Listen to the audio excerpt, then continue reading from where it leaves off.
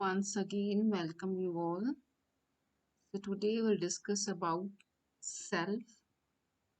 What is self? In the last lecture, we have discussed what is socialization.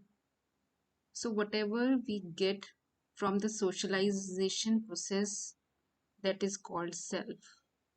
The main product we get from socialization, that is self. So basically, whatever the ideas we hold about ourselves, जो हम socialisation process के बाद अपने बारे में सोचते हैं, अपने बारे में रखते हैं, मैं क्या हूँ, मैं क्या सोच रहा हूँ, ये मेरा है। I basically in this self is I dominates. ये मेरा है, मैं ऐसा हूँ, ये मेरा घर है, ये मुझे अच्छा लगता है, मुझे खेलना पसंद है।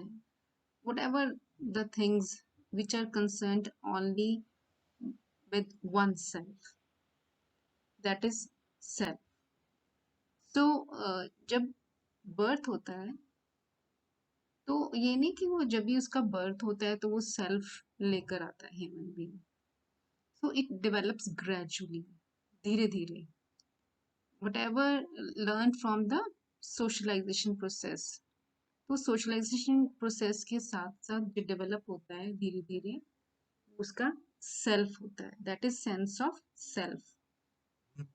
और यही सेंस ऑफ सेल्फ होता है जो एक इंडिविजुअल को दूसरे इंडिविजुअल से अलग बनाता है, अलग करता है। So it is a union of elements as body, emotions, thoughts, sensations, कि वो जो उसके इमोशंस हैं, उसकी जो सोच है, उसकी जो सेंसेशंस हैं, सेंसेस हैं, इसके बारे में वो सारा जब वो इकट्ठे मिल जाते हैं तो वो उसका सेल्फ बनाते हैं। सो इट इज बिल्कुल एक, जैसे कहते हैं कि individuality. So it refers to the complete individuality of a person. और हमारे जो आइडियाज हैं एक पर्सन के, एक इंडिविजुअल के, whatever the ideas we hold about our self and differentiate from others, that is self.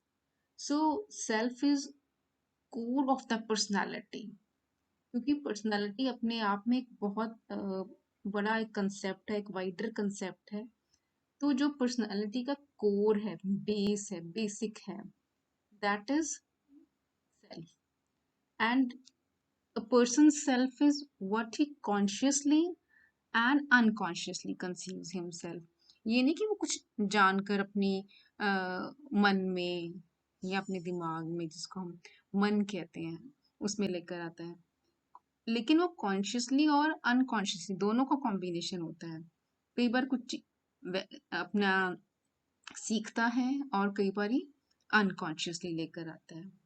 तो जब उसका बर्थ होता है तो जन्म से उसका कोई सेल्फ, जैसे मैंने पहले भी कहा कि सेल्फ नहीं होता, लेकिन जैसे जैसे ग्रेजुअली ग्रेजुअली वो धीरे धीरे जैसे वो बड़ा होता है, उसका सेल्फ डेवलप होता जाता है। और सेल्फ डेवलपमेंट में जो मेन रोल है, whatever the important role, and that is played by the primary group.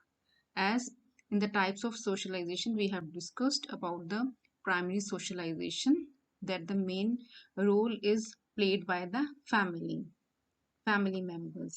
So whatever the values he or she imbibed from the family, that becomes the main part of self, and that is deep rooted in the social behavior, whatever he or she gets from the family. So this is self. Now in another uh, presentation, I'm going to discuss the various parts of self.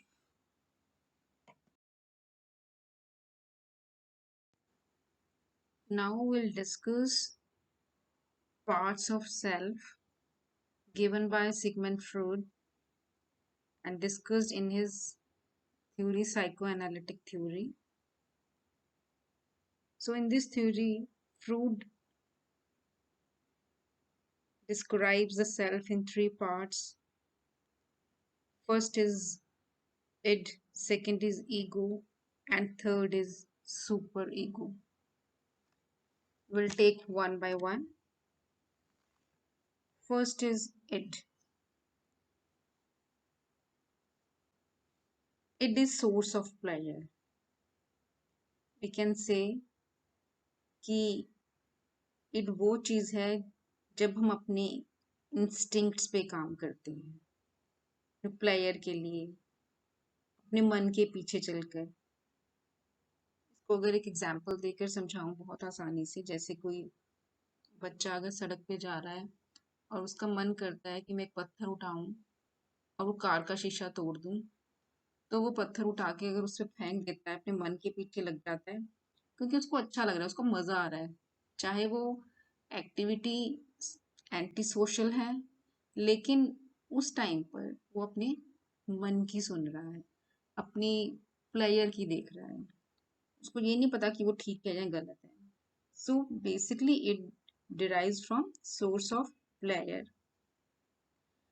और वो activity करके जो उसको खुशी मिलती है और उसकी जो टेंशन रिड्यूस होती है, तो उसको हम इंस्टिंक्ट से डिराइव होके जो एक्टिविटी करते हैं, दैट इज इड। और ये बच्चा कब एक्वायर करता है? जब से उसका बर्थ होता है। It rightly starts from birth.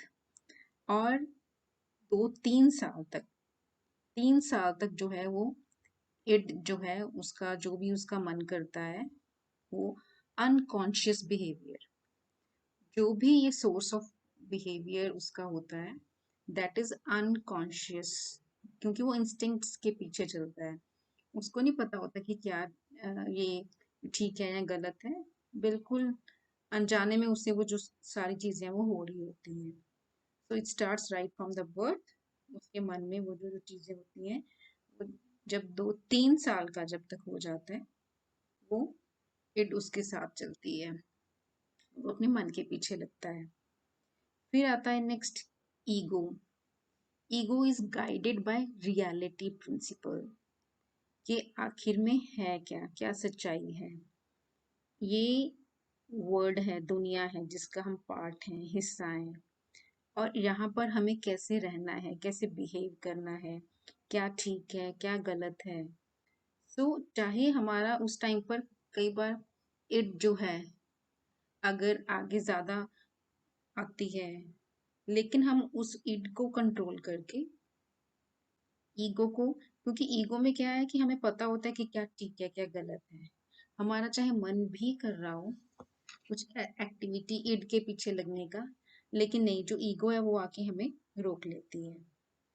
कई बार होता है कि एक बच्चा है, फॉर एग्जांपल एग्जामिनेशन सेंटर में बैठा है, पेपर कर रहा है, और उसको एक क्वेश्चन है, उसका आंसर नहीं आता। एक बार तो उसके मन में आता है कि मैं चीटिंग कर लूं, पीछे वाले का देख लूं, या कुछ स्लिप ले आऊं। लेकिन फिर उसको पता होता है कि अगर मैं पकड़ा गया तो एग्जामिनेशन सेंटर से निकाल दिया जाऊंगा। साथ के साथ जो है उसकी ईगो उसको आकर अलर्ट कर देती है। तो जो ये ईगो है वो रियलिटी प्रिंसिपल पर बेस्ड है, जो हमें आउटसाइड वर्ल्ड के साथ जोड़ती है। और ये 3 साल से जो है, जब बच्चा 3 साल का हो जाता है तब से शुरू हो जाती है, और बच्चे के 5 साल होने तक ये डेवलप होती है। Then third is super ego. Super ego है बिल्कुल आइडियलाइज्ड पार्ट, मोरल्स पे बेस्ड, जो हमारी सोसाइटी डिमांड करती है। स्टैंडर्ड्स हैं हमारी सोसाइटी के, कुछ नॉर्म्स हैं। बिल्कुल जो है, अगर बच्चा बिल्कुल रियलिटी में जो प्रिंसिपल्स हैं, आइडियलाइज्ड मॉरल वैल्यूज के साथ जब चलता है, और उसको पता है कि यही ठीक है और मैंने यही करना है, चाहे उसका कितना भी नुकसान हो जाए, कुछ भी जाता है, लेकिन उसने ठीक ही करना है, तो दैट इज सुपर ईगो। और सुपर ईगो की जो अचीवमेंट है वो जो सोसाइटी में है, that is a judgemental function, ये परफेक्ट बिहेवियर मांगती है सुपर ईगो, एकदम परफेक्ट। तो यहाँ पर जैसे हमारी जो सोसाइटी है वो कहती है कि अपने पेरेंट्स की हर बात माननी है, तो you have to obey the moral demands of parents. तो यहाँ पर ये जो है सुपर ईगो है हमें डेवलप कर होती है, और ये जब बच्चा 5 साल का होता है तब से ये डेवलप होनी शुरू हो जाती है। और ये the ego is held accountable for actions and it is rewarded और punished by the super ego with the feelings of pride और गिल्ट। और ये जो सुपर ईगो है क्योंकि जब बच्चा 5 साल का हो जाता है उसको समझ में आना शुरू हो जाता है कि हाँ बिल्कुल ऐसा ही जो है मेरी फैमिली चाहती है, मैंने ऐसा ही करना है, यही आइडियलाइज पार्ट है, सोसाइटी इसे ही बिल्कुल ठीक मानती है। ये जो सुपर ईगो है ये प्री कॉन्शियस और सब कॉन्शियस लेवल पर काम करती है। तो जो इड है वो मैंने जैसे पहले बताया वो अनकॉन्शियस लेवल पर और इंस्टिंक्ट्स पे बेस्ड होती है। जो ईगो है वो कॉन्शियस स्टेट पर काम करती है, रियलिटी प्रिंसिपल पर काम करती है। और जो सुपर ईगो है वो प्री कॉन्शियस या फिर हम उसको सब कॉन्शियस भी कह सकते हैं, उस पर काम करती है।